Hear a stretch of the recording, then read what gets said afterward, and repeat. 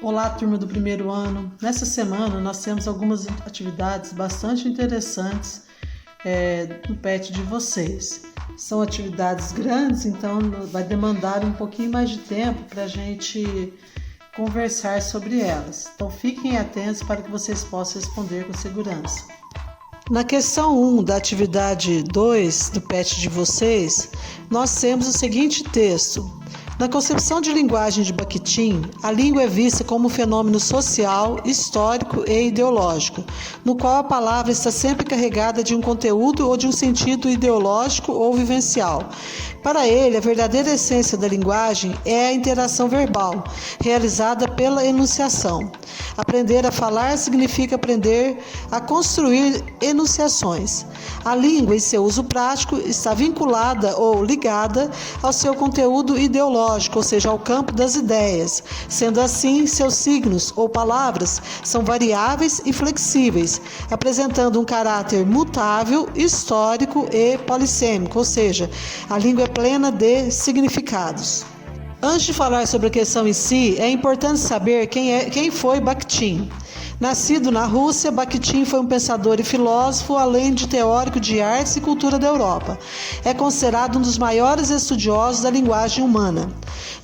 No texto acima, conforme as ideias desse estudioso, a língua é um fenômeno, ou seja, um fato, influenciado pela sociedade, pela história e pela ideologia, ou seja, um conjunto de ideias. É um fato social porque a língua é falada, materializada na sociedade, ou seja, onde duas ou mais pessoas estiverem conversando, o fenômeno língua está acontecendo. A língua é histórica, visto que acontece dentro de um momento histórico. Por exemplo, nesse momento de pandemia, a língua vem sendo usada para falar dessa situação. Subsidiariamente, também muito se fala sobre as questões políticas, como os governantes estão lidando com esse problema. Para além de ser um fato histórico, a língua também é ideológica, ou seja, reflete a maneira de pensar das comunidades de falantes. Por exemplo, sobre o assunto pandemia, as pessoas possuem visões ou maneiras de pensar diferentes. Alguns são a favor do isolamento social, outros são contra. Acerca das questões políticas, alguns são a favor das decisões do presidente, outros são contra. Tudo isso é ideológico, cada grupo pensa de um jeito. Sobre esse texto, temos a seguinte questão. Qual o motivo do autor do texto ter utilizado a variante linguística própria daquele grupo social? Para responder essa questão, é preciso pensar sobre esse tipo textual.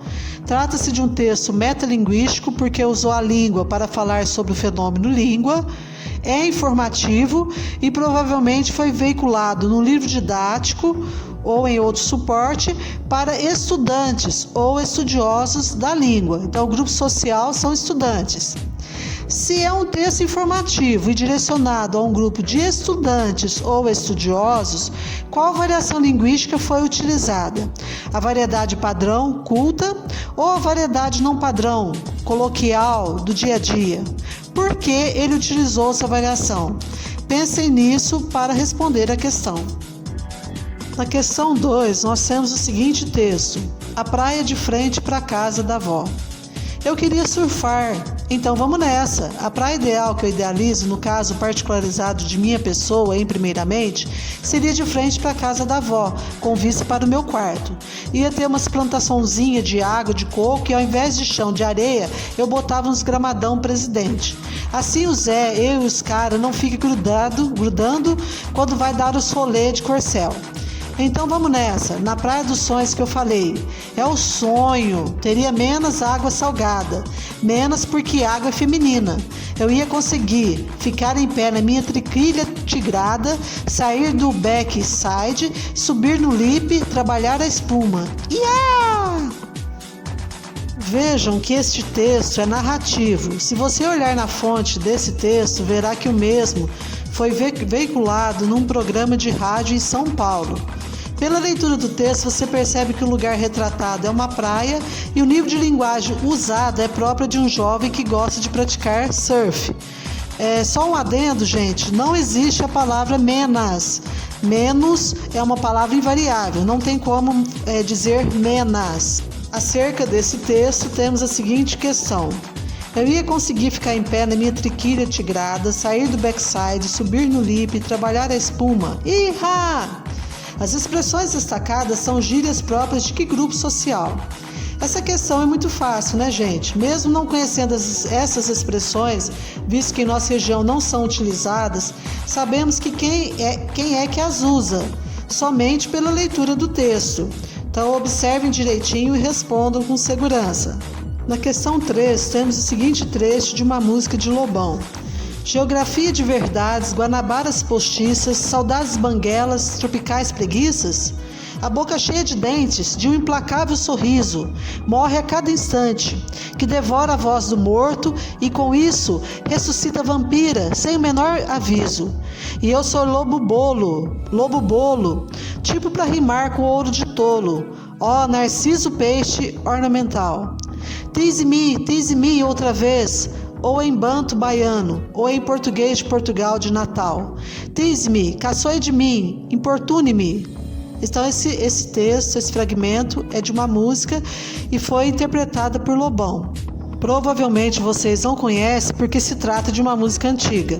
E aí vem a questão. Nessa letra, o autor explora o extrato sonoro do idioma, ou seja, o som das palavras, e o uso de termos coloquiais, palavras não formais que usamos no dia a dia.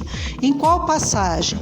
Então, nessa questão, eles estão pedindo duas coisas: a exploração da sonoridade das palavras e o uso de termos coloquiais. Vamos ver cada alternativa para a gente analisar. Quando um doce bardo brada a toda brida. Observem que nesse trecho há a exploração dos sons das palavras em bardo, brada, brida. Houve aí uma aliteração, ou seja, repetição do B. Mas, se vocês estão enxergando algum termo coloquial, algum termo do dia a dia, na letra B, em velas pandas, suas esquisitas rimas. Há aí a exploração de som, há aí algum termo coloquial? Na letra C, que devora a voz do morto. Vocês vão observar que nesse trecho tem a repetição ou a aliteração do V em devora e voz. Mas tem algum termo coloquial? Na letra D temos lobo bolo, tipo para rimar com ouro de tolo. Vocês observam que há repetição das consoantes L e B em lobo bolo, né? Houve uma literação, e também a repetição da vogal O. Essa repetição se chama assonância e é uma figura de linguagem.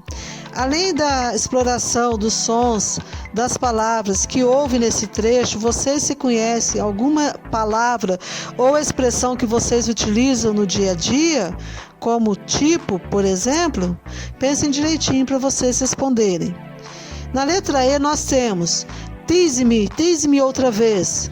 Nessa alternativa, vocês observem que foram usados termos estrangeiros.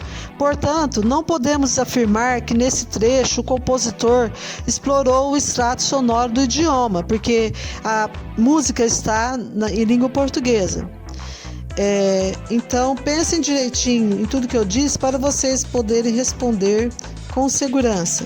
Para a próxima questão, temos 2 textos. Vamos a eles. Texto 1.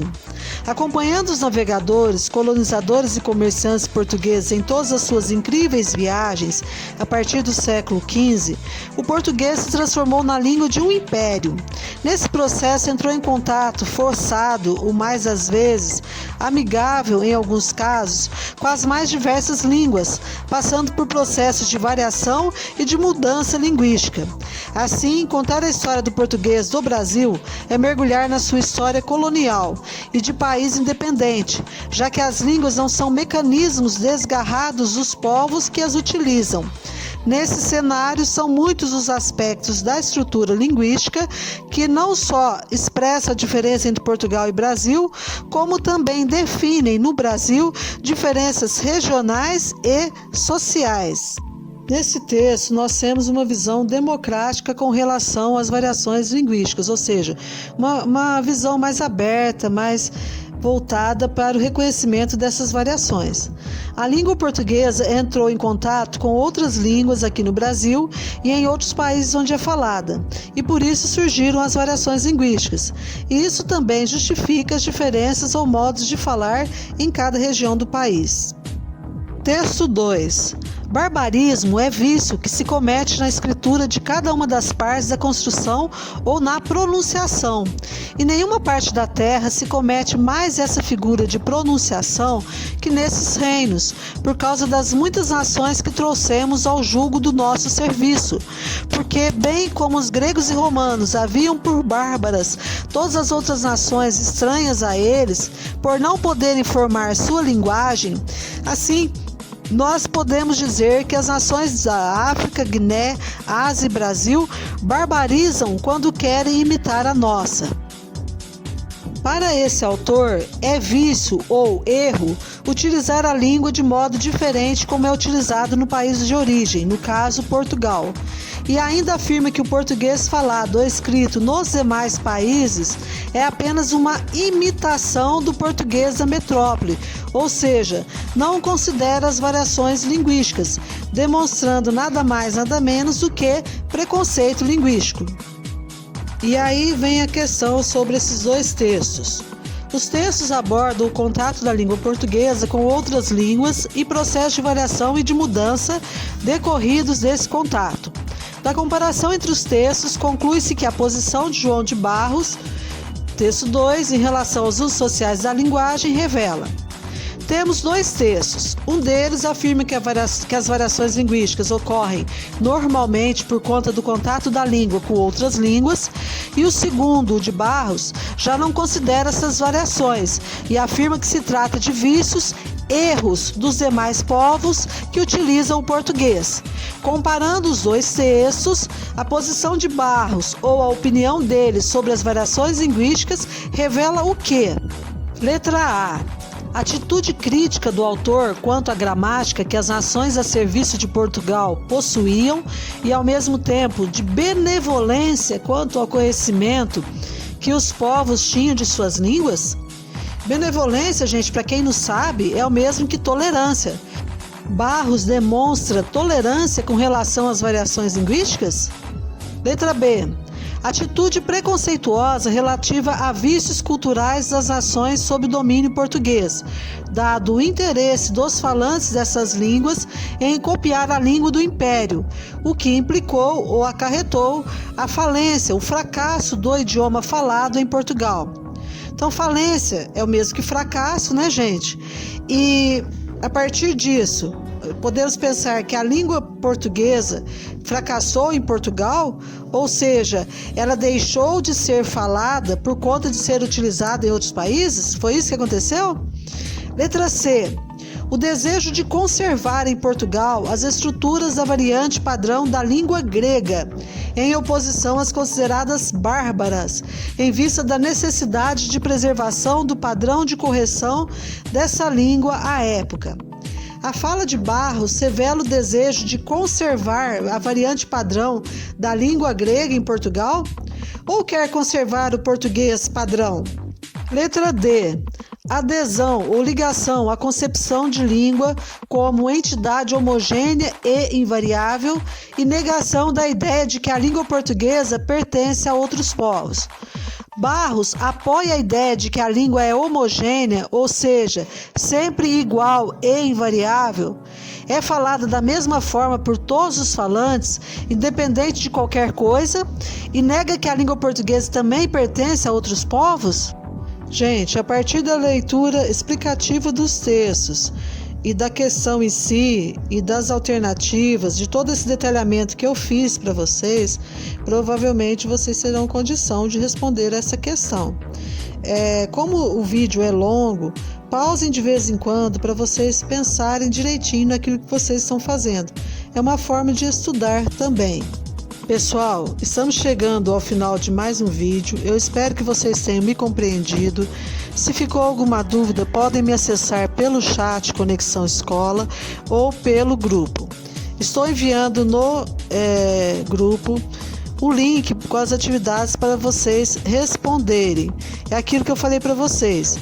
Vão assistindo o vídeo devagar, vão pausando para que vocês tenham condições de responder as questões. Porque essa atividade eu achei bastante complicada, achei um pouco longa para vocês.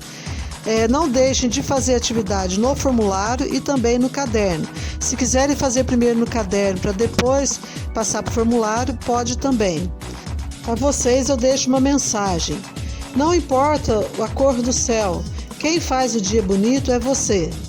Estudem bastante, se empenhem e até o próximo vídeo. Um abraço a todos e fiquem com Deus.